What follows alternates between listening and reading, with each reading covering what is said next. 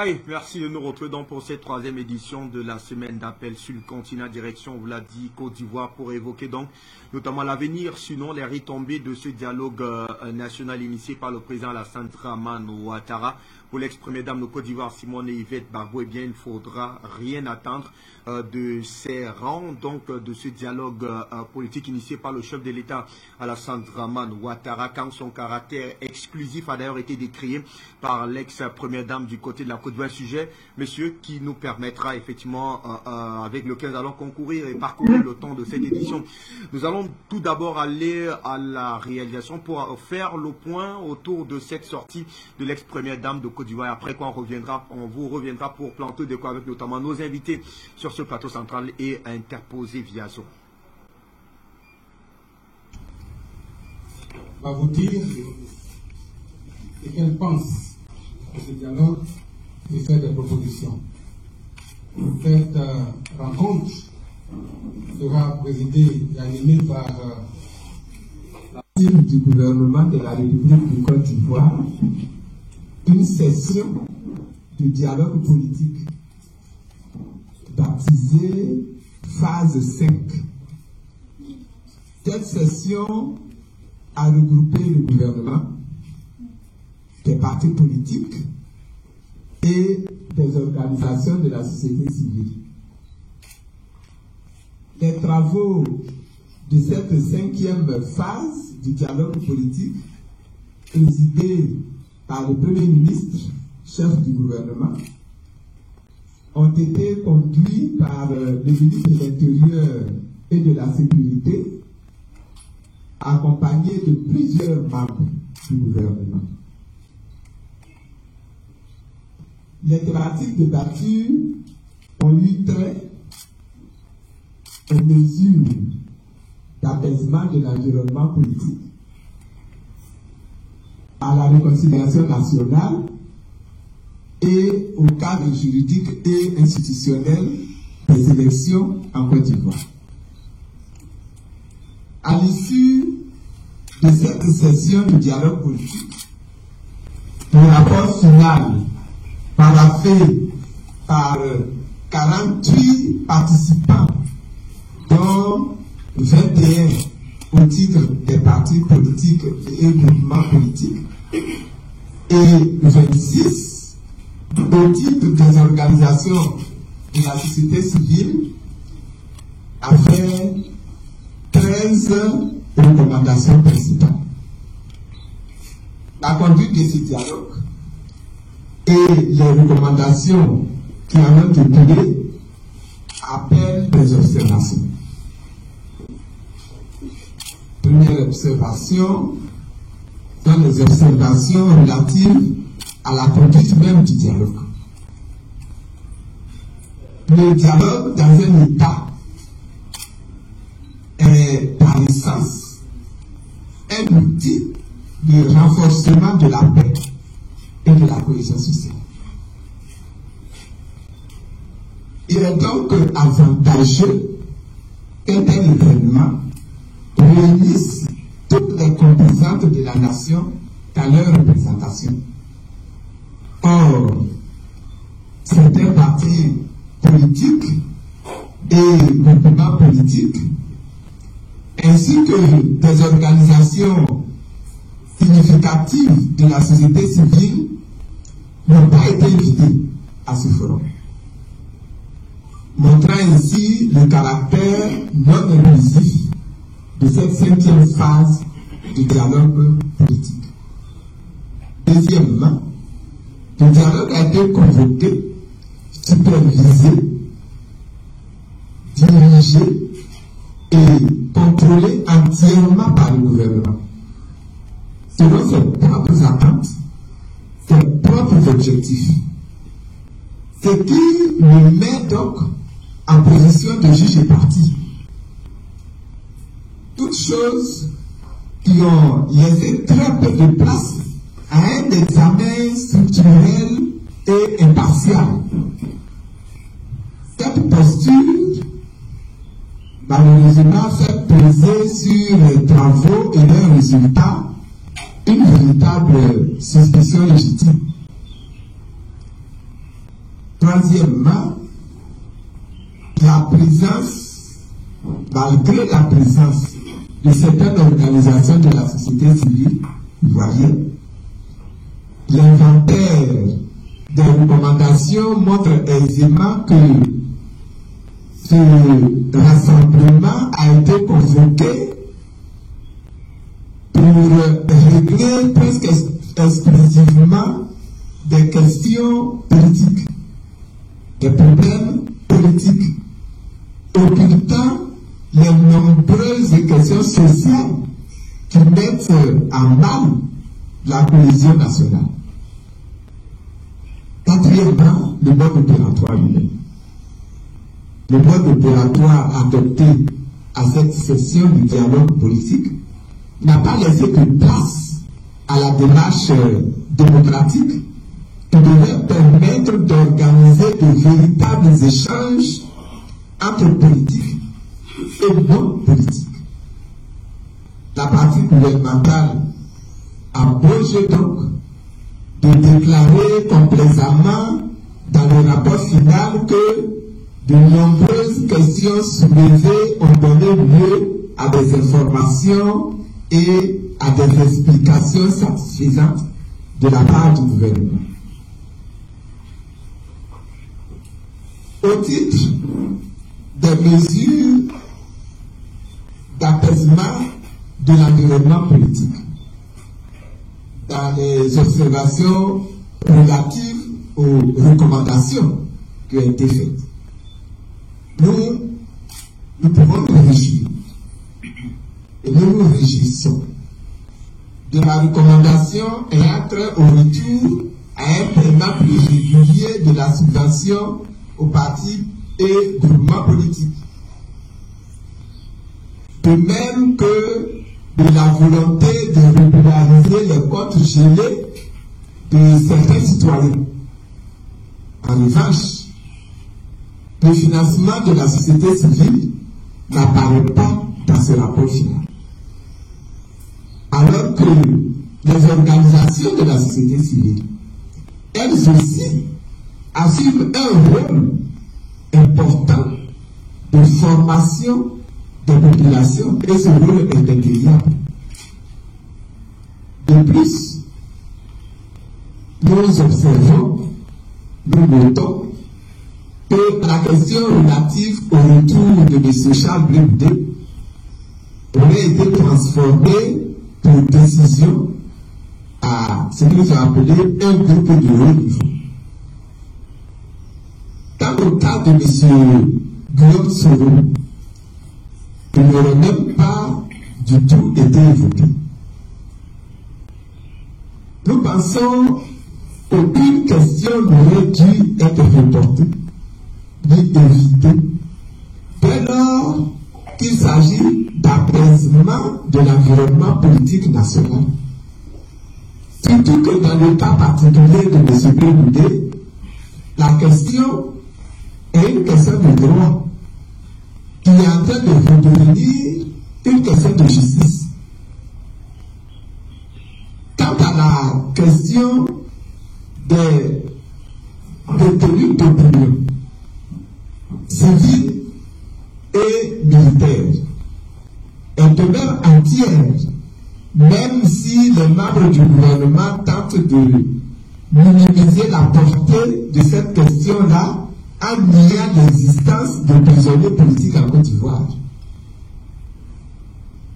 Voyons maintenant ce qui est dit au titre de la réconciliation nationale.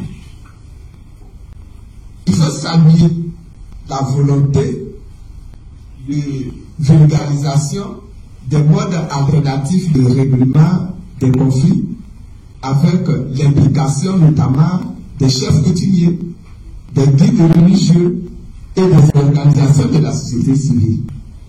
C'est une recommandation majeure. Et nous voulons, nous espérons, nous souhaitons voir traduire cette recommandation-là dans le fait. En revanche, la limitation du processus de réparation et d'indemnisation aux seules victimes de la crise électorale de 2020 plutôt, est fort surprenante. Pourquoi toutes les victimes des crises qui ont secoué notre pays depuis l'année 2000 jusqu'à aujourd'hui, en passant par les événements de 2010, pourquoi ces victimes-là seraient-elles exclues du processus de réparation et d'indemnisation? Au titre du cadre juridique et institutionnel des élections en Côte d'Ivoire, nous voulons rappeler que les recommandations suivantes ont été faites. Premièrement, la prise en compte des réalités politiques nouvelles en vue du réaménagement de la COI sans préjudice de l'équilibre de celle-ci. C'est ce que le texte dit. Deuxièmement, la conduite de réflexion par le gouvernement sur le processus de découpage électoral sur la base du relèvement du coefficient affecté aux critères démographiques et en maintenant les acquis. Troisièmement, la révision annuelle de la liste électorale par la COI conformément au code électoral. Quatrièmement, le réexamen du mécanisme de financement des candidats et de remboursement des frais de campagne à l'élection présidentielle. Cinquièmement, l'amélioration du système de parrainage citoyen à l'élection présidentielle. Sixièmement, le renforcement de la sécurisation du processus électoral.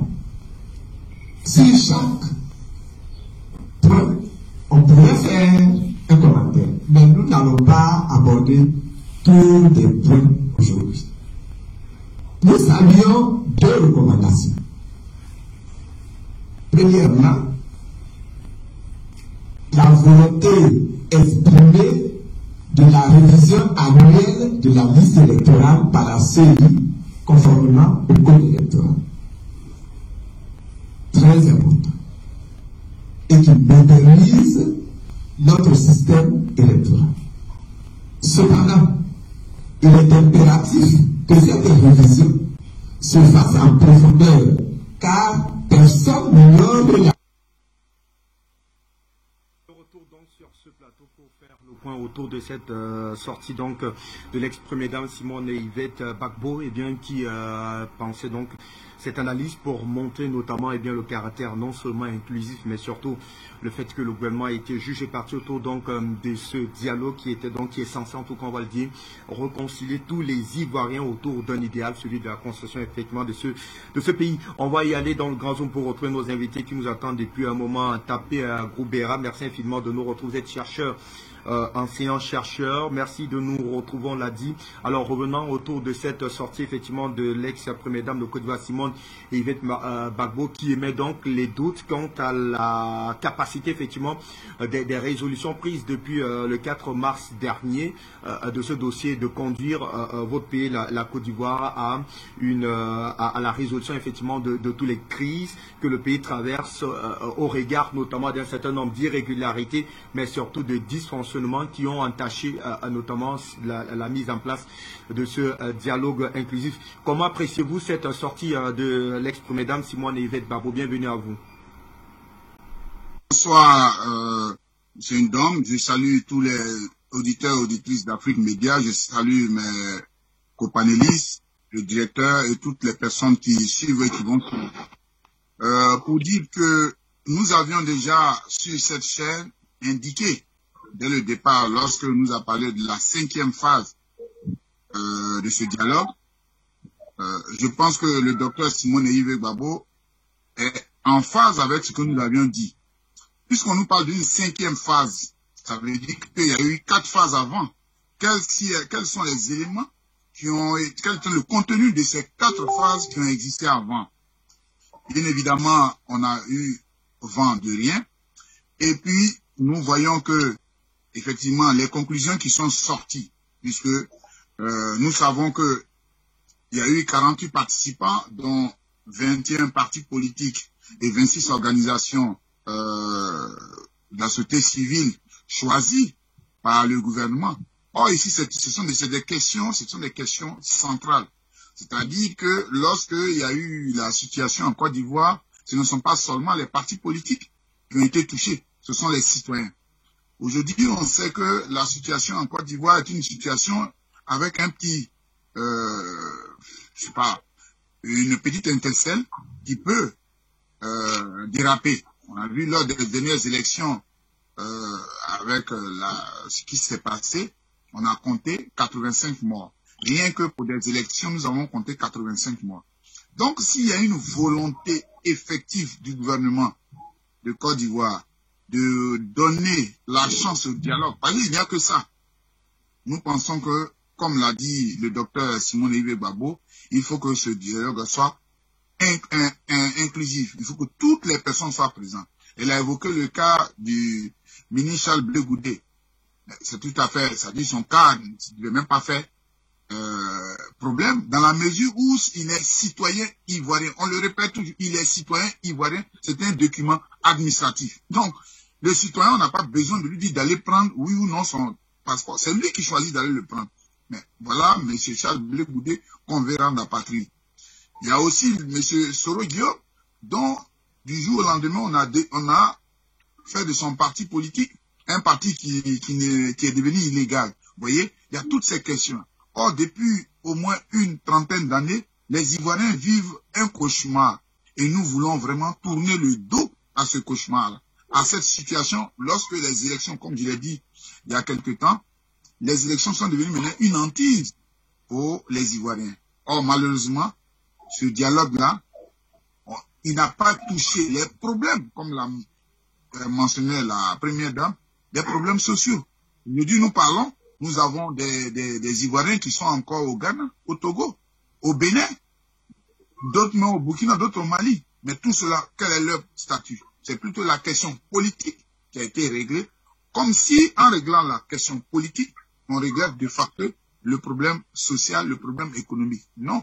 Pour que la Côte d'Ivoire puisse se rebondir, il faut que toutes les composantes de la société ivoirienne puissent donner leur point de vue. Il faut que, parce que il y a beaucoup de choses à faire. L'Ouest, on l'a dit, il y a eu un génocide. Chaque fois, moi, j'en parle. Je dis qu'à l'Ouest, nous avons eu 3 génocides. Le génocide humain, les Ouest qui ont été massacrés. Nous avons le génocide du patrimoine. Et nous avons le génocide de l'environnement. Puisque l'Ouest, les Ouest qui ont été tués, dont d'autres qui ont été chassés, leur espace a été occupé. Pas parce qu'ils étaient paresseux, c'est ça ils ont fui, mais ils fuyaient la guerre, ils fuyaient la mort. Mais tout ça, ce sont des questions qui doivent se régler. Il faut que les gens retrouvent leur espace. Donc, véritablement, pour dire que le docteur Simone Gbagbo, effectivement, pointe du doigt les problèmes qui n'ont pas été pris en compte. Et nous pensons qu'il n'est pas encore tard et que le gouvernement saura faire appel parce que un dialogue n'a pas, peut-être pas avoir un début, mais n'est pas forcément obligé d'avoir une fin.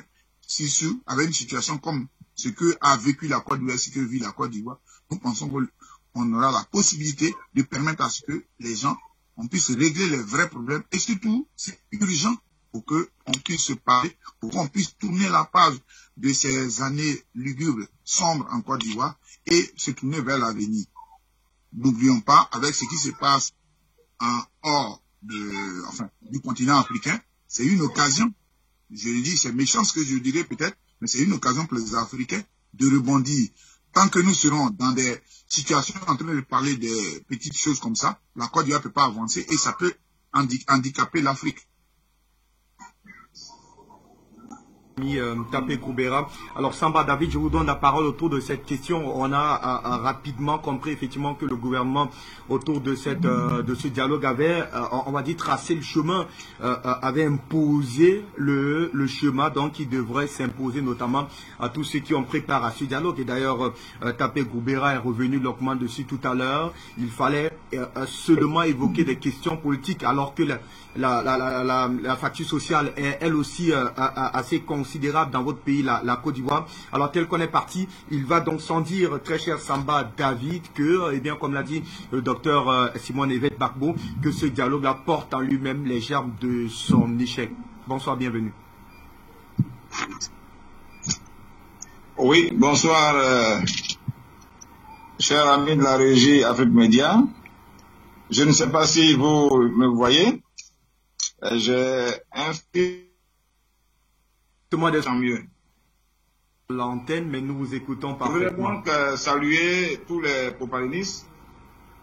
Voilà, ok, je salue tous les copalénistes. La question Côte d'Ivoire, ici, c'est là, débat, est pour dire que quels sont les objectifs du dialogue politique.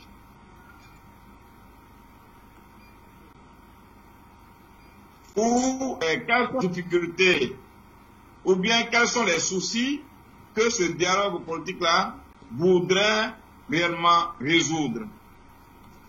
Malheureusement, comme l'a dit le financier, le professeur Pomera, nous sommes à la 5e phase. Mais déjà, les premières phases du dialogue politique, qu'est-ce que ces dialogues politiques-là ont apporté réellement à l'État de Côte d'Ivoire? Nous sommes sortis d'une crise. Et M. Ouattara, après son investiture, quelque temps après, décide d'engager un dialogue politique pour, selon moi, serait à la base de la décrispation de l'atmosphère. Malheureusement, ces dialogues politiques sont encore une tribune de plus pour M. Ouattara d'imposer sa volonté aux opposants et dans l'ensemble des citoyens ivoiriens. Si ce n'était pas le cas, ces différents dialogues politiques ne seraient pas des dialogues pour lesquels on trie des personnes pour participer. Et quelles sont ces personnes qu'on appelle? C'est ça. Quelles sont ces personnes? Je parle de la société civile.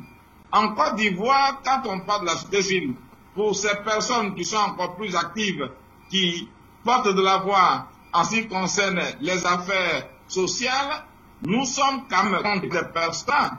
Mais de tous ces dialogues jusqu'à aujourd'hui, jamais nous n'avons été associés. Mais c'est fait à dessein. C'est fait à dessein. Alors, Madame la Première Dame vient de le dire tout à l'heure. C'est un échec parce que le dialogue politique n'a pas pour objectif de résoudre le problème des Ivoiriens afin que nous partions sur une nouvelle base. Sinon, si c'était le cas, on n'allait pas exclure le cas du Premier ministre ou du président Rodion, on n'allait pas exclure non plus le cas du ministre Blé et exclure le cas des sociaux qui concernent la destruction des quartiers et des citoyens, la destruction des maisons des citoyens, la destruction abusive des citoyens, le chômage, l'insécurité, les actions arbitraires et la justice aux ordres. Voici, à ça il faut ajouter la cherté de la vie qui est un fruit ou un produit causé en partie par la corruption.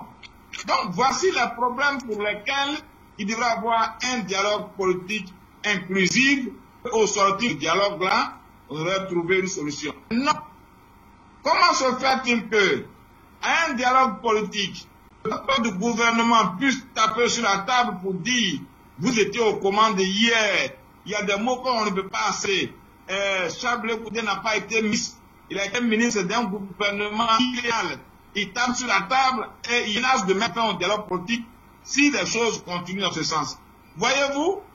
Donc ceux qui sont allés à ce dialogue-là, ils sont allés écouter ce que M. Ouattara et son équipe voulaient dire. Sinon, leurs propositions, je ne pense pas que ces propositions-là soient prises en compte par les envoyés du régime d'Abidjan. Donc, M. Ouattara devrait être le réel bénéficiaire d'un dialogue politique après le 3e mandat. Malheureusement, ce n'est pas le cas. Alors, pour moi et pour nous, organisations de la société civile, nous avons toujours dit, M. Ouattara tient le dit de la République nationale du pays. S'il veut que la Côte d'Ivoire soit vraiment un pays réconcilié, où tout fait bon vivre, où chacun se parle librement, sans rien faire, je pense que ça soit une préoccupation, puis que la Côte d'Ivoire soit réconciliée. Sinon, ce sont des occasions, c'est la main tendue pour que les vrais problèmes qui minent notre État soient évoqués, soient exposés, et que ces problèmes soient égrenés, et qu'au sortir de ces débats-là, on parle d'une Côte d'Ivoire qui parle de paix. Malheureusement, Ouattara veut rester le seul maître dans cette atmosphère de ni paix, ni guerre et de terreur pour qu'il puisse toujours tirer l'opinion nationale afin de gouverner en partage. Voici donc ce que je peux dire en ce qui concerne le dialogue politique en Côte d'Ivoire. Je vous remercie et je suis reçu m'avoir donné pour merci à plus de médias après 2 mois d'absence. Merci. On va rester d'ailleurs à nos côtés, Samba David. On va cette fois donner la parole à Madame Guessan Lou. Vous êtes vous également activiste politique. Infiniment merci de nous retrouver.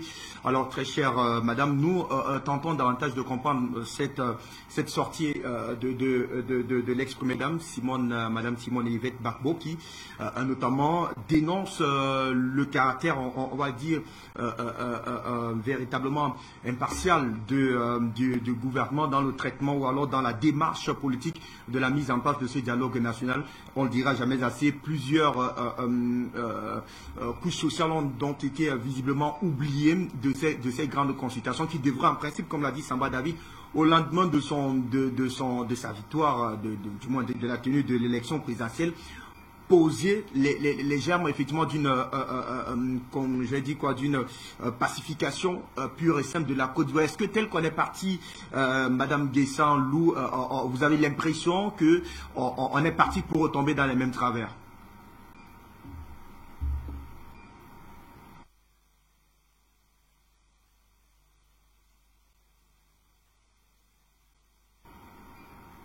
Quel est notre retour? Est-ce que vous nous entendez, Madame?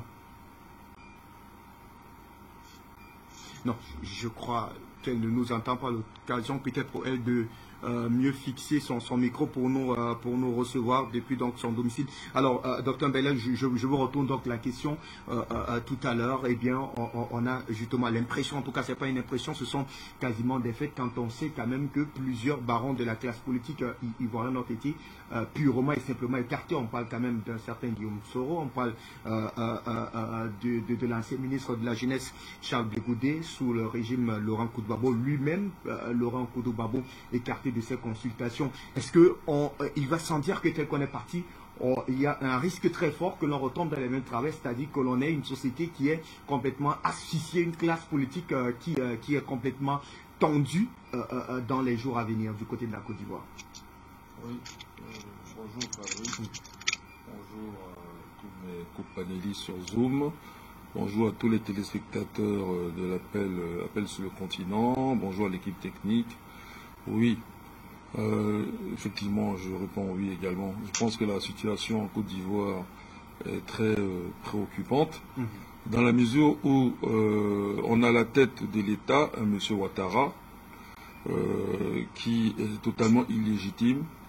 Je me demande qu'est-ce qu'on peut attendre de quelqu'un d'illégitime, quoi. Est-ce que c'est si étonnant ce qui se passe en Côte d'Ivoire?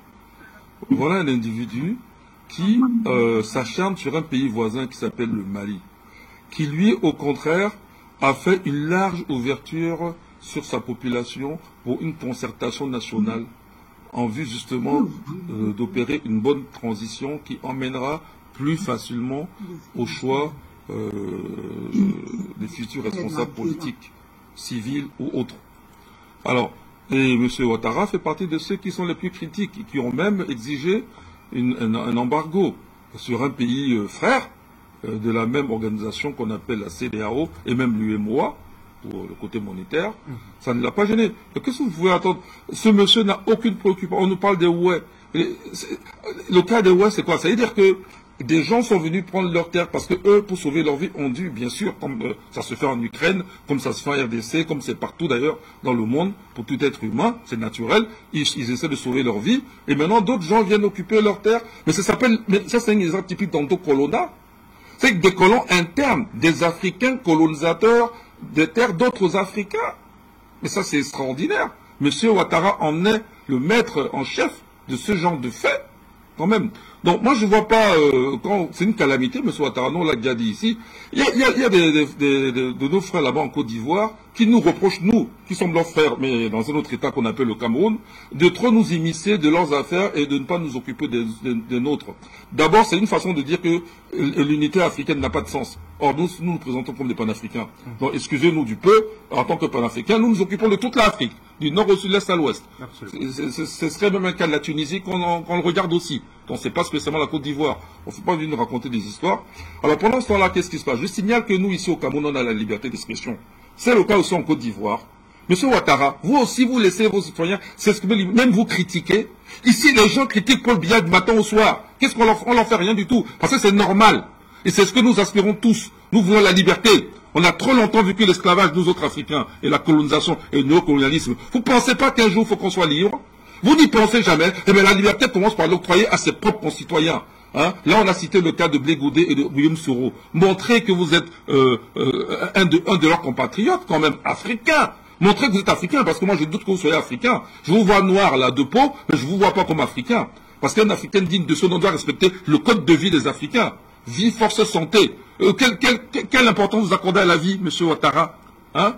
Et quelle est la force de votre État lorsque vous votez de conserve avec des États occidentaux, hein, dont la félonie est patente dans le cas des problèmes internationaux comme que ce soit la Palestine ou l'Ukraine ou même ici en Afrique? On se souvient de cas l'Afrique du Sud. Hein, ces gens-là avaient apporté leur caution à l'apartheid. Ces gens-là avaient mis au point une bombe atomique qu'ils ont démantelée quand c'est les populations noires authentiques qui ont pris un semblant de pouvoir politique, hein, parce qu'il y a encore beaucoup à dire, mais au moins au niveau de la forme c'est le cas. Donc vous votez de concert avec ces gens-là, mais vous n'êtes pas capable d'octroyer un simple passeport. Et même, on l'a dit, il y a un de nos compagnonnistes qui a dit tout à l'heure que c'est une démarche naturelle. En fait, il n'y a même pas à attendre que le gouvernement donne son approbation ou pas. C'est au citoyen de savoir s'il veut. Quelqu'un l'a rappelé tout à l'heure, s'il veut ou pas son passeport. Mais quelqu'un demande son passeport, jusqu'à aujourd'hui, il ne l'a pas. On le laisse traîner à l'étranger alors qu'il a de chez lui, le pays qui l'attend. Hein? Vous vissez tout. On peut pas. Vous êtes juge et parti, on ne peut pas s'exprimer.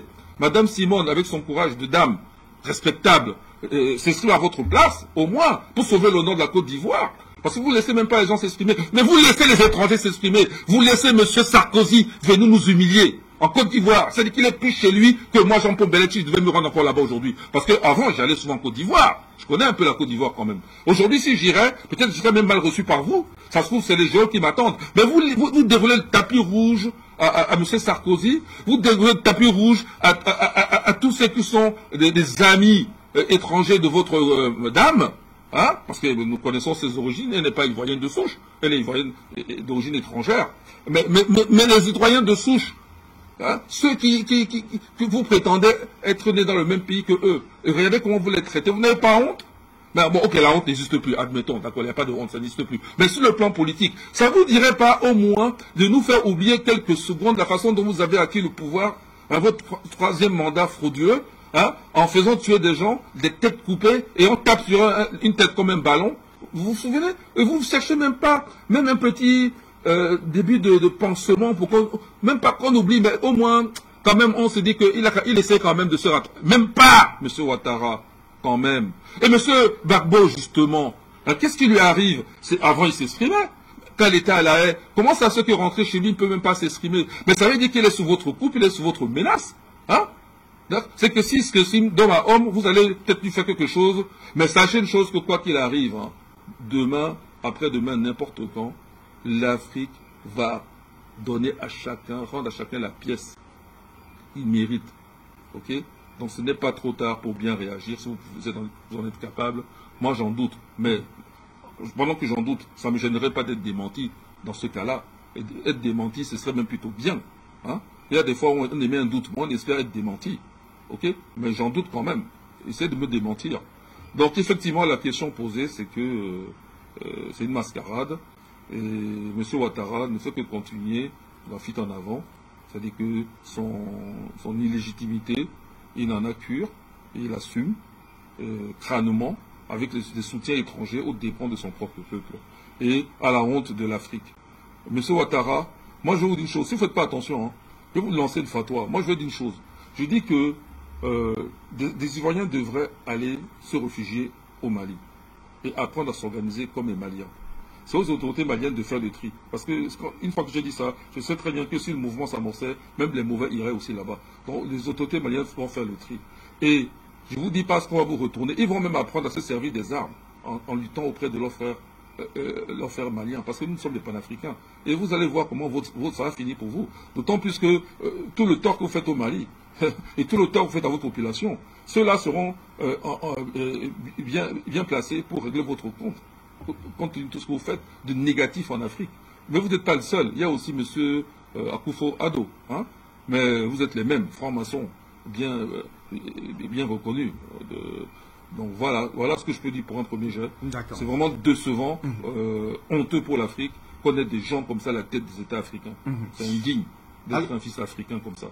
Merci à vous, Dr Mbelek. Tapé à Goubera, je vous retrouve quand même sur cette question du dialogue national initié par le président Alassane Dramane Ouattara, quand on sait quand même que plusieurs cadres de la classe politique, et là tout à l'heure le docteur Mbelek nous a emboîté le pas, ont été purement et simplement écartés, notamment de cette plateforme qui se veut naturellement une plateforme inclusive, où on va notamment recueillir les avis des uns des autres, afin notamment de construire un idéal pour notamment pour le bien de ses concitoyens. Alors comment est-ce qu'on apprécie davantage ce cas de figure-là, à votre avis, très cher Tapé Goubera? Il parle dans mon oreille là même. Vous savez que, comme l'a dit tout à l'heure aussi, je pense, avant le docteur Bélé, il y a eu le frère Samba David, que je salue. La situation en Côte d'Ivoire, comme on le dit, nous pensons qu'il y a une volonté réelle de ce pouvoir de ne pas aller au dialogue. C'est clair. Ça, c'est une volonté. Parce qu'on ne peut pas faire des démarches qui sont faites, comme l'a dit tout à l'heure, l'a rappelé Samba David. En Côte d'Ivoire, par exemple, quand on parle des associations de la société civile, on sait qu'il y a le mouvement de Balé Pulcheri. Je ne sais pas si ce mouvement a été invité, mais Samba David vient de confirmer qu'il n'a pas été invité. Vous voyez, le docteur Simone Yves Gbagbo elle-même n'a pas été invitée. Pourtant, elle a fait l'objet, elle a été emprisonnée, il y a eu un mandat d'arrêt qui a été lancé à son endroit par la CPI. Ça veut dire que c'est une personne qui est au centre de ce qu'on appelle, que j'aime, enfin les gens appellent peut-être à titre, je veux dire, des jeux, la crise. Moi, je n'appelle pas ça la crise, parce que c'était une guerre qui a eu lieu en Côte d'Ivoire. On a parlé aussi, il y a le cas du ministre Charles Blé Goudé, qui a fait 7 ans de sa vie à la CPI et qui est encore. Cette personne devait être présente. Il y a M. Soro Guillaume. On peut l'aimer comme ne pas l'aimer, mais toujours dit que M. Soro Guillaume est celui qui, en 2002, a endossé sur lui la responsabilité de la rébellion. Et il a été un acteur majeur dans la guerre qui a eu lieu en 2010-2011. Il a même été premier ministre de M. Alassane Dramane Ouattara. Donc il faut que chacun de ces personnes-là, parce que les Ivoiriens doivent savoir pourquoi en 2002, M. Guillaume Soro a pris des armes avec des personnes pour attaquer la Côte d'Ivoire. Parce que ce sont les questions. M. Ouattara a toujours dit que lui n'est pas concerné par la rébellion. Mais je crois que l'occasion est là, puisque il y a une vidéo qui a circulé à l'époque, où il disait qu'il était, quand il était dans l'opposition, qu'il était accusé à tort, et que la vérité va être sûre. Nous avons pensé que lorsqu'il arriverait au pouvoir, on ne va pas parler du contexte de son arrivée au pouvoir, mais au moins, la lumière va être faite sur la rébellion, Qu'est-ce qui s'est passé? Qui l'a financé? Jusque-là, rien. Et donc, on nous parle, je l'ai dit, au risque de me répéter, on a parlé du 5e dialogue. Mais nous remarquons que chaque fois, c'est plutôt l'impression que nous avons et qui véritablement se confirme. Ce sont les injonctions des mandats de ceux qui nous gouvernent, puisqu'il faut donner cette allure qu'en Côte d'Ivoire, il y a le pouvoir qui est là, est ouvert au dialogue. Mais quels sont les éléments objectifs qui sortent de ces différents dialogues qui permettent à la société ivoirienne de partir, d'aller de l'avant? Quand on regarde, rien a priori. Et nous sommes dans un schéma où on tourne en rond. On pense que les élections sont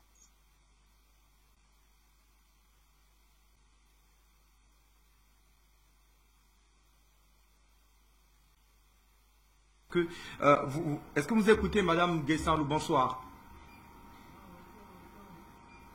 Allez, on va donc vous revenir en attendant notamment d'avoir nos amis sur le Grand Zoom et faire notamment le point avec nous appelant au standard dans le cadre de cette édition. Mais Dr Mbelek, nous vous avons notamment sur le plateau sur cette question. On va continuer davantage de comprendre, notamment à cette sortie de l'ex-première dame, Madame Simone Yvette Gbagbo. Et bien pour elle, donc, c'est qui, à ses yeux, a faussé les bases des échanges puisque convoqué, supervisé, dirigé, mais surtout contrôlé entièrement par le gouvernement selon ses propres attentes, ses propres objectifs.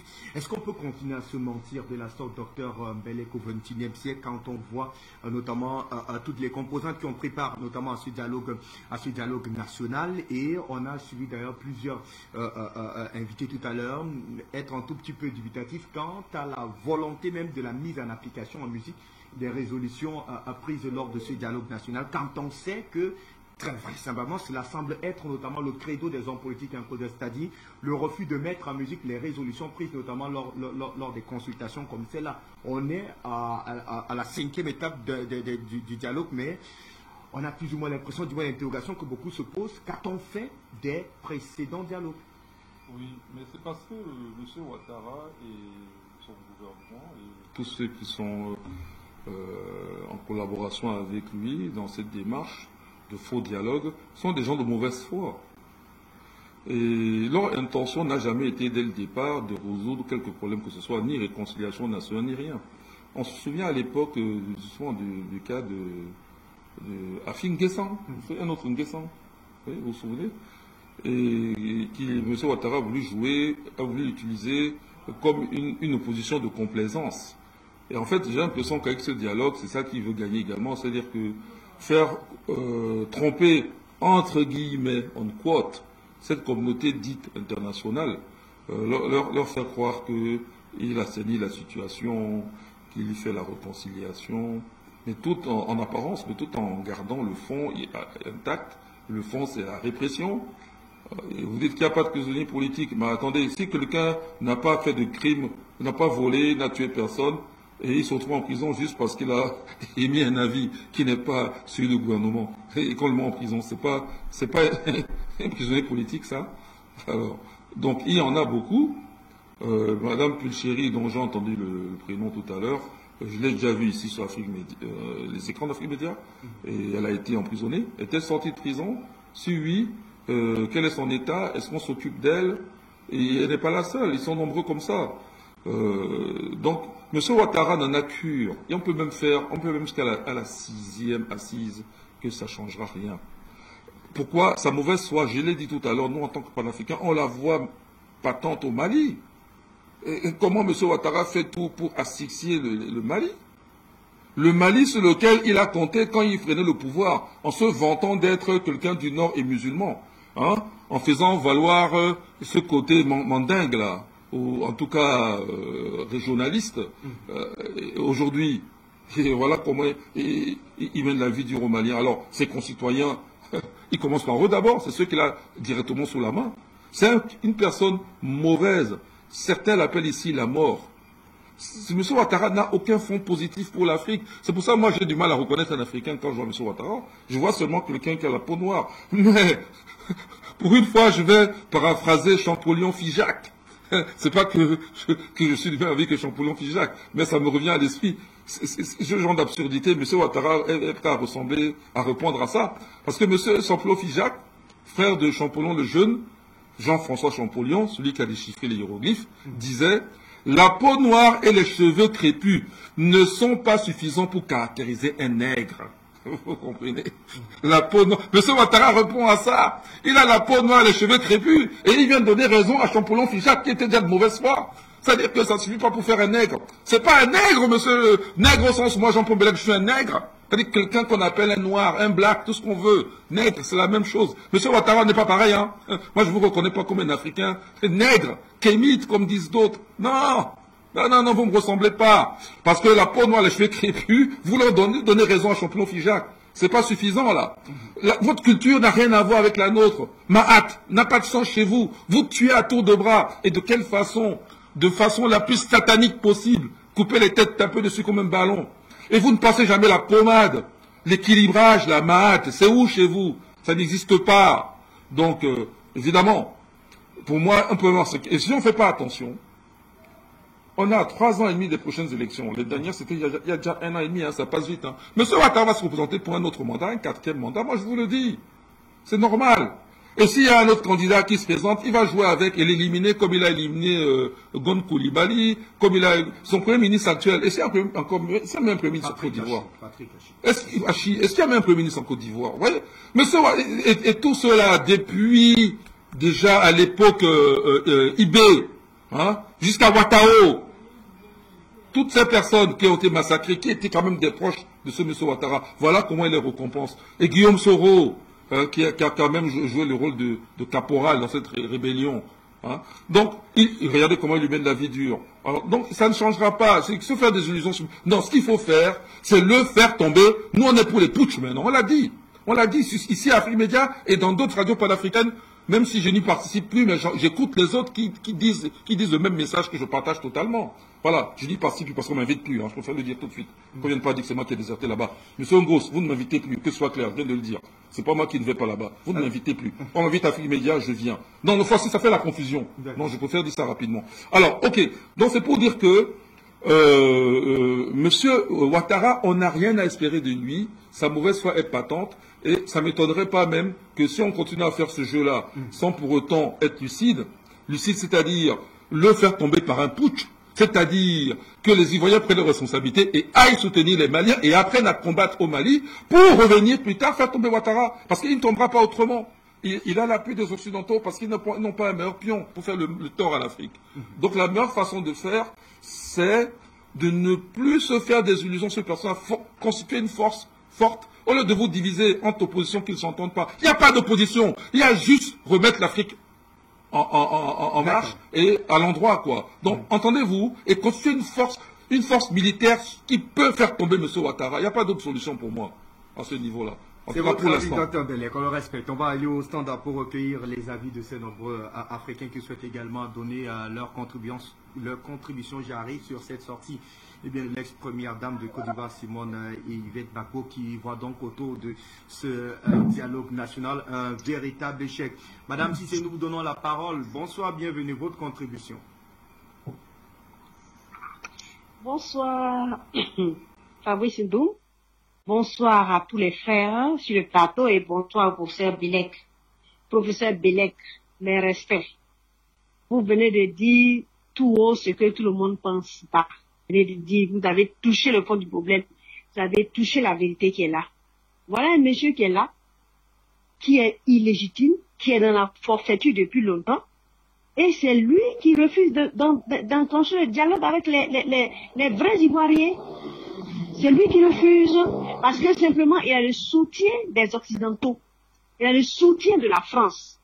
Voilà quelqu'un qui est là, qui vend tout à la France. Il a vendu toutes les richesses du sous-sol. Il a vendu toutes les matières premières. Il endette la Côte d'Ivoire. Mais seulement parce qu'il a le soutien de la France, il se permet de cracher sur les Ivoiriens, sur tout ce qu'il dirige. Mais ça va durer jusqu'à quand? On aura tout donné. On aura tout essayé. Mais il est sourd. Il est sourd au dialogue. Et la première dame, Simone Babo, l'a dit.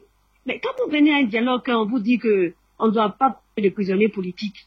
On ne doit pas dire que le ministre Blé Goudé était ministre. Mais qu'est-ce que celui qui est en face ne veut pas dialoguer? C'est qu'il est fermé au dialogue. Voilà un pays où les gens meurent de faim. Les Ivoiriens meurent de faim. Est-ce qu'il le sait? Les Ivoiriens n'ont pas accès aux soins. Est-ce qu'il le sait? Les Ivoiriens ne peuvent pas se loger. Il y a toujours les Ivoiriens dorment à la Belle Étoile et les Ivoiriens dorment dans les cimetières. Est-ce qu'il le sait? Vous savez, à un moment donné, je pense que ça ne sert à rien de venir. C'est comme vous agressez à un mur. Ça ne sert à rien. Voilà quelqu'un qui a échoué. Il a lamentablement échoué. Il a vendu la Côte d'Ivoire aux Occidentaux. Pendant le dialogue, d'après le dialogue politique, il envoie un eunuque qui se permet de donner des préalables. Je ne vais pas entendre qu'il y a des prisonniers politiques. Et pourtant, il y a des prisonniers politiques. La première dame, Simone Gbagbo, a été claire. On lui a demandé c'est les mêmes choses, hein. Le découpage électoral, le recensement de la population, comment on appelle, le changement comment dire, la constitution sur la loi électorale. Mais il ne le fera pas. Il ne le fera pas. Je pense que l'opposition, je ne sais pas s'il y a une opposition, et maintenant on nous parle de rentrer dans un gouvernement de transition, du gouvernement d'union nationale. J'espère que le PPACI et le PDCI ne vont pas rentrer dans cette merde-là, parce que demain vous serez comptable de la gestion calamiteuse qui est là. Vous serez comptable de ça, et ça c'est la France. Certainement, d'après, il faut apaiser un peu les Ivoiriens, il faut apaiser un peu l'opposition, pour permettre à l'opposition d'avoir un peu à manger. Jusqu'à présent, il n'a pas encore donné ce qui revient au président Laurent Gbagbo. Son salaire, il n'a pas encore donné. Sa maison, il n'a pas encore donné. Et c'est lui-là qui parle de dialogue. C'est lui-là qui parle de réconciliation. Franchement, clairement, il ne veut pas de réconciliation. Et les Ivoiriens doivent tirer toutes les leçons. Je vous remercie. D'être passé par ici dans le cadre de cette édition. On va rester au standard pour accueillir cet autre appelant. Bonsoir, bienvenue à vous.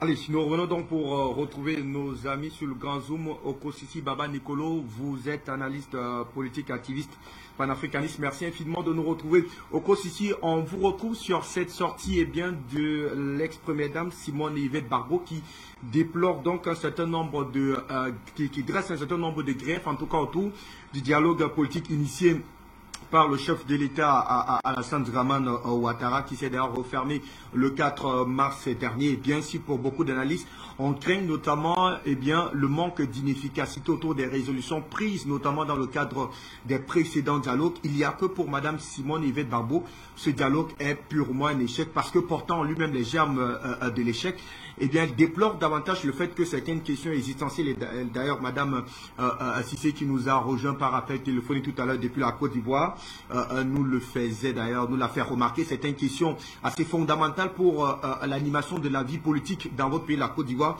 ont été purement et simplement écartées. Alors est-ce qu'on peut parler finalement d'un dialogue national initié notamment par le président Alassane Dramane Ouattara? Je tiens à saluer d'abord, chers compatriotes Ndom, je tiens à saluer l'autorité sur le plateau, je tiens à saluer mes copanélistes, autorité Tapé Groubera et Samba David. Alors, la dame que vous mettez à l'honneur aujourd'hui est un plaisir pour nous de pouvoir être sur le plateau d'Afrique Média, dont je salue les spectateurs pour parler de quoi. Alors, quand Mme Gbagbo parle d'échec, il faut remonter plus loin.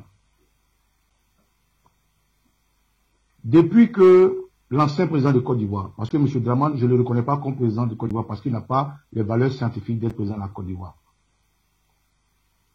Ce monsieur-là a fait 2 investitures en 2011, dans la même année. Et il n'a pas réussi à rassembler les Ivoiriens jusqu'aujourd'hui. Le seul challenge qu'il avait, c'était la réconciliation, chose qu'il n'a pas réussi. Et puis, ceux qui étaient avec lui, qui étaient ses alliés, le président Henri Konan Bédié, le président du GPS Guillaume, Marie Toakus, et tous les autres l'ont quitté. Donc, dans son camp, lorsqu'il a armement imposé sa dictature en Côte d'Ivoire, les gens sont partis. Donc, déjà, dans sa base à la racine, il y a un échec. Mais revenons à la question directe que vous posez concernant ce que la première dame Simone Veil Gbagbo dit. Mais ce n'est pas une vue de l'esprit. Elle ne le dit pas tout simplement pour le dire. Elle a fait une démarche, une étude, elle a touché, elle a tâté et elle-même elle est victime. Quand elle le dit, c'est plus limpide parce qu'on dit chez nous, c'est dans la bouche du capot, se trouve l'eau fraîche. Alors, la première dame Simone Veil Gbagbo, avant d'arriver à ce constat-là, à la veille du kidnapping des Ivoiriens, est celle-là qui a exhorté les Ivoiriens à s'intéresser même aux jeux démocratiques qui étaient la veille des élections de 2020.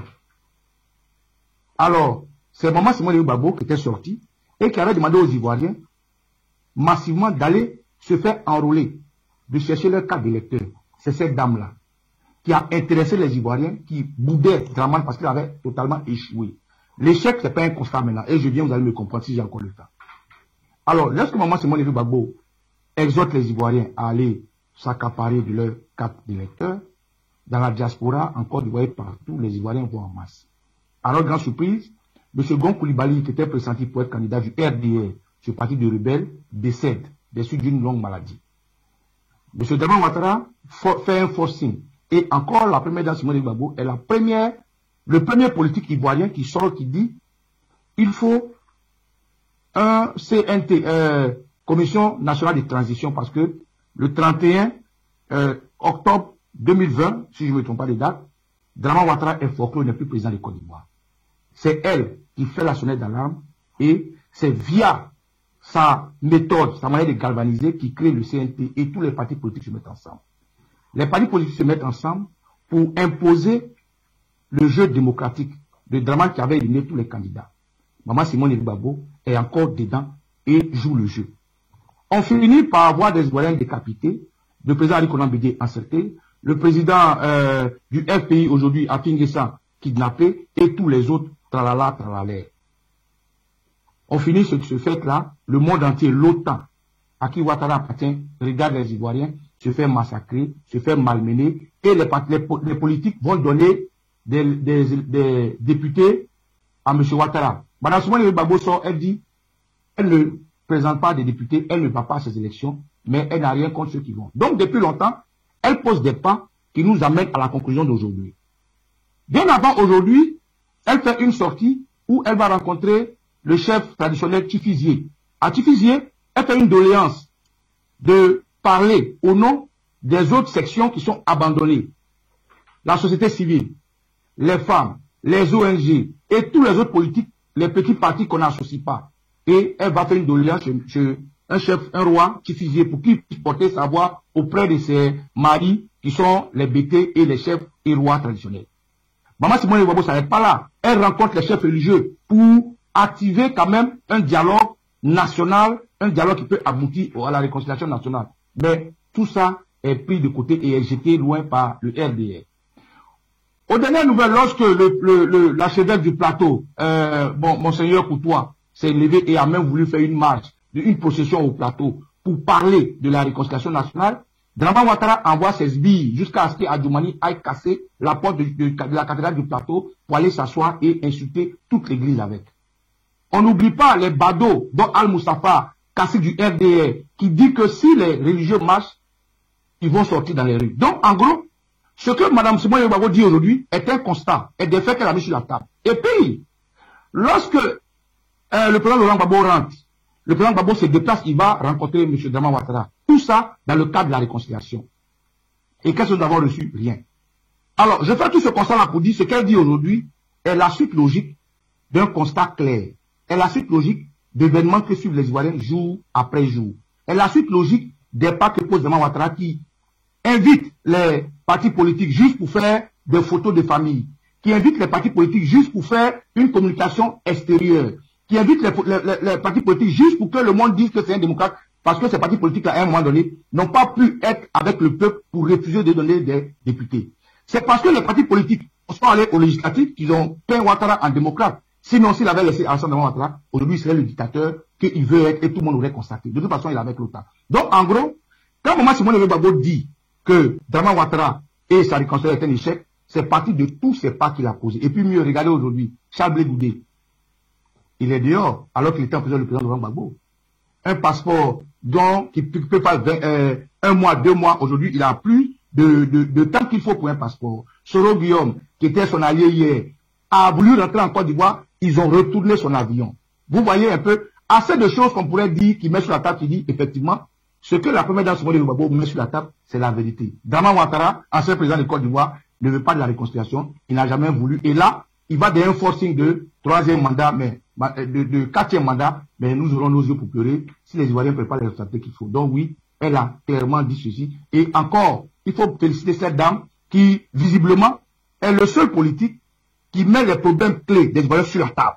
Elle est le seul politique qui dit haut et fort, sans passer par des communiqués, des problèmes des Ivoiriens sur la table. Elle est le seul politique qui ratisse l'âge, c'est-à-dire les autres petits partis dont les gens ne s'occupent pas, elle les ratisse. Les autres forces religieuses traditionnelles que les gens ne s'occupent pas, elle les ratisse. Elle fait un lobby général pour que les problèmes de la Côte d'Ivoire paraissent comme un référendum, pour que tout le monde puisse s'exprimer, pour qu'on fasse un pas vers la réconciliation. Et mieux, c'est elle qui parle de Soro Guillaume, c'est elle qui parle de Blé Goudé. Le président Laurent Gbagbo, à son niveau, a même demandé que Dramane Ouattara laisse rentrer Charles Blé Goudé, laisse rentrer le président du GPS, Soro Guillaume. Le président Gbagbo a demandé même que les prisonniers soient libérés jusqu'à présent. Donc, camarades, Madame Simone Gbagbo est aujourd'hui le politique qui s'impose, le politique qui ratisse l'âge, le politique qui est en train de mener une politique pour que vraiment la réconciliation soit sur la table des Ivoiriens. Donc effectivement, son constat est clair et vrai.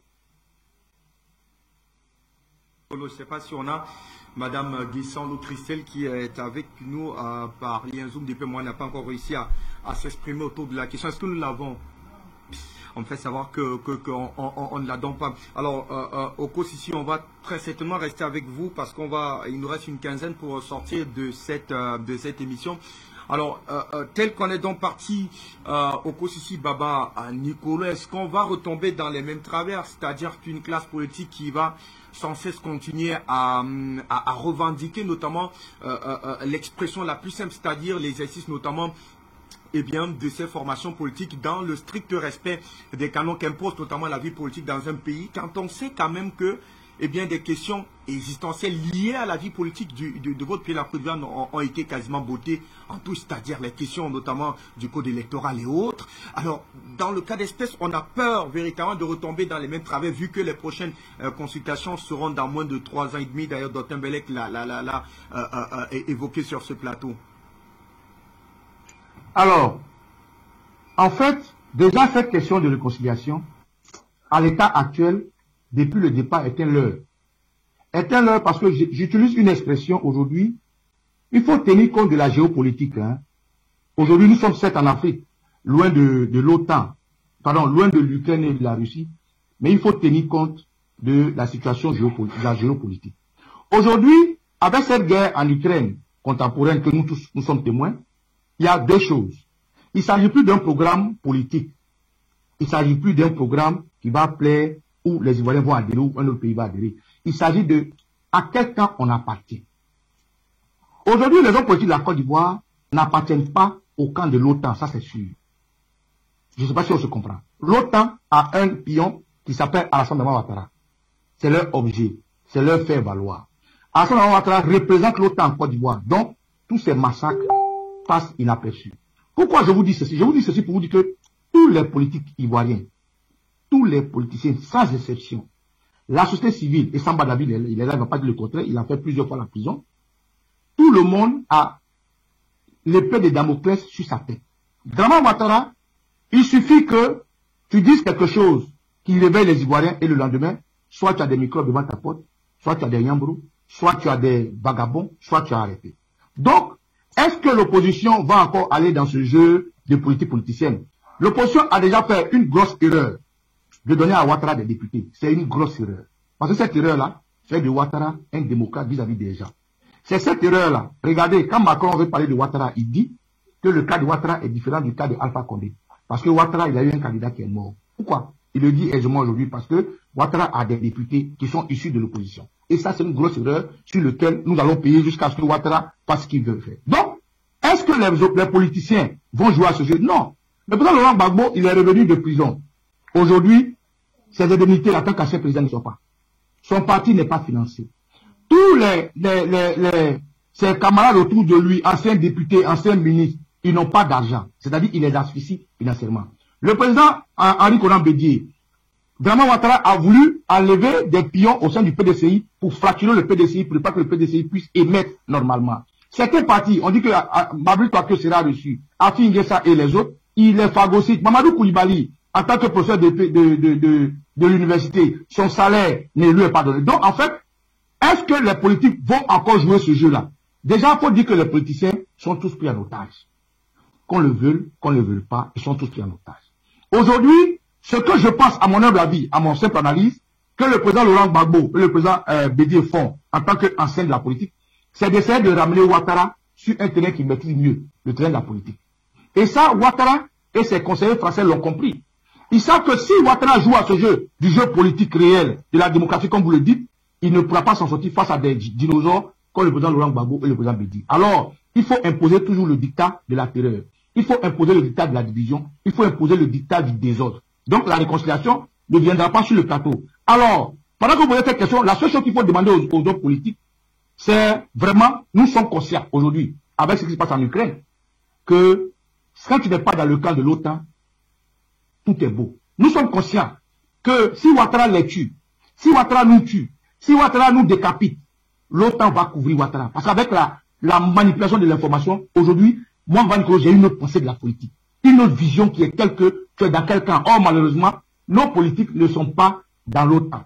Nos politiques sont aujourd'hui de façon voilée avec la Russie. Donc, aujourd'hui, la Russie, ennemi du monde, ils deviennent ennemis du monde. Donc, ils doivent vraiment marcher doucement. Donner à Ouattara des armes de la politique, de la démocratie. Je ne conseille pas cela aux hommes politiques, mais non plus, ça nous ferait très mal de les voir dans le gouvernement de Ouattara. Ça nous ferait très mal de les voir jouer avec Ouattara. Mais il est toujours préférable, les pas qui posent sont des bons pas. Ils évitent aux Ivoiriens d'être massacrés parce que c'est ce que Ouattara attend. Donc, je ne pense pas que les hommes politiques vraiment vont jouer le jeu de la politique, ça et là, pour faire plaisir à Ouattara. Non, je ne pense pas. Ils ont seulement peur que Ouattara tue les Ivoiriens. Ils ont seulement peur que les Ivoiriens soient massacrés parce qu'ils n'appartiennent pas à l'OTAN. C'est ce que je n'ai à dire. Et puis, pour finir, s'il vous plaît, pour finir, nous allons maintenant demander aux politiques, dès l'instant qu'ils ont donné des députés à Ouattara, il faut qu'ils songent à lui donner des maires, parce que c'est avec les maires que nous allons récupérer nos villes, et c'est avec nos villes qu'on va se lever plus ensemble à Ouattara. Il nous reste quasiment 2 minutes pour sortir. Je ne sais pas si on va y arriver à taper un Groubera. Quelle démarche doit donc entreprendre effectivement la classe politique ivoirienne en l'état actuel des choses? Vraiment 1 minute si c'est possible, à votre niveau. Je pense que nous l'avons dit, la classe politique ivoirienne, je salue au passage Baba Nicolé, mon jeune frère, doit s'asseoir et aborder les questions qui sont existentielles à Côte d'Ivoire. La question des élections, comme on l'a dit, ce sont des questions qui sont secondaires. Tant que les questions existentielles, la question de la souveraineté, le fait que la Côte d'Ivoire devient une base arrière de la déstabilisation du Mali, c'est grave. Le fait que aujourd'hui, M. Alassane Dramane Ouattara soit celui-là qui conduit la CEDEAO contre le peuple malien, toutes ces questions-là, donc, je pense, doivent être revues et que les hommes politiques choisissent une voie qui est la voie de la question de la réconciliation. La base militaire française en Côte d'Ivoire n'a pas le droit d'être là-bas. Le franc CFA, c'est pas une autre monnaie, il faut qu'on sorte de là, etc. Tout ça sont les différents éléments, donc il faut que nos hommes politiques en parlent. Ce n'est pas seulement la question des élections. Il faut que les Ivoiriens retrouvent leur pays, que ce soit les Ouai, M. Charles Blé Goudé, M. Soro, il faut qu'ils retrouvent. Voilà, je pense qu'il faut prendre des gars issus, parce que M. Ouattara ne fait que jouer, et à ce jeu-là, il est le gagnant. Et on a peur que 2025 arrive et qu'on se retrouve dans la situation de 2020 en pleurant de niveau. On va conclure. Que doit-on retenir finalement de cette sortie de Mme Simone Veil? Mme Gbagbo est une dame qui est vraiment très courageuse et c'est une vraie politique. Nous connaissons son mérite. Et elle aime beaucoup son pays, elle aime son peuple. C'est l'exemple vraiment de toutes les dames du continent africain et même de la diaspora. C'est un exemple à suivre. Alors maintenant, autre chose, c'est que je rappelle que M. Ouattara, non seulement maintenant il s'est avéré non ivoirien, puisque à un moment donné, il était question, il insistait pour dire qu'il est ivoirien, mais quand on maltraite des Ivoiriens, est-on vraiment un Ivoirien? Quand on les massacre, quand on leur promet le pire qu'ils puissent imaginer, est-ce qu'on est vraiment ivoirien? Mais M. Ouattara répond, je ne suis pas ivoirien. Je vous, EM2M d'ailleurs, je ne dis pas plus, vous pouvez lire vous-même. Alors, sinon, je rappelle également que M. Ouattara, c'est vraiment un filou. C'est quelqu'un qui n'est pas fiable, quelqu'un qui est parjure. C'est quand même lui qui a instauré la carte de séjour en Côte d'Ivoire, vis-à-vis des compatriotes de la CEDEAO, en particulier les Maliens. Souvenez-vous de cela. Et voilà. Donc, une fois qu'il avait fait ça, peut-être les Ivoiriens étaient contents parce que ce ne sont pas des Ivoiriens. Vous voyez, rester africain, c'est plus fort. Ça vous amène de la force et vous pouvez compter sur le reste du continent. C'est-à-dire que être réduit à cet état néocolonial et qui fait ses preuves à travers M. Ouattara de sa négativité pour l'Afrique, franchement, c'est pas ce qu'il y a de mieux à faire à mon avis. C'est mon avis, hein. À mon avis, il faut rester sur un chemin panafricain et être courageux à l'exemple de Mme Simone et Yvain Gbagbo. Merci à vous, docteur. Bon courage encore. Pour votre contribution dans le cadre de cette thématique. Merci effectivement à Okosesi Baba Nicolo et autres Tapé Koubera pour vos nombreuses contributions dans le cadre de cette thématique. Quant à moi, je vous retrouve demain lorsqu'il sera 16h30 GMT pour une nouvelle édition d'Appel sur le continent. Juste après moi, le grand journal avec Christelle Wandi. Très bon suivi des programmes sur votre télévision.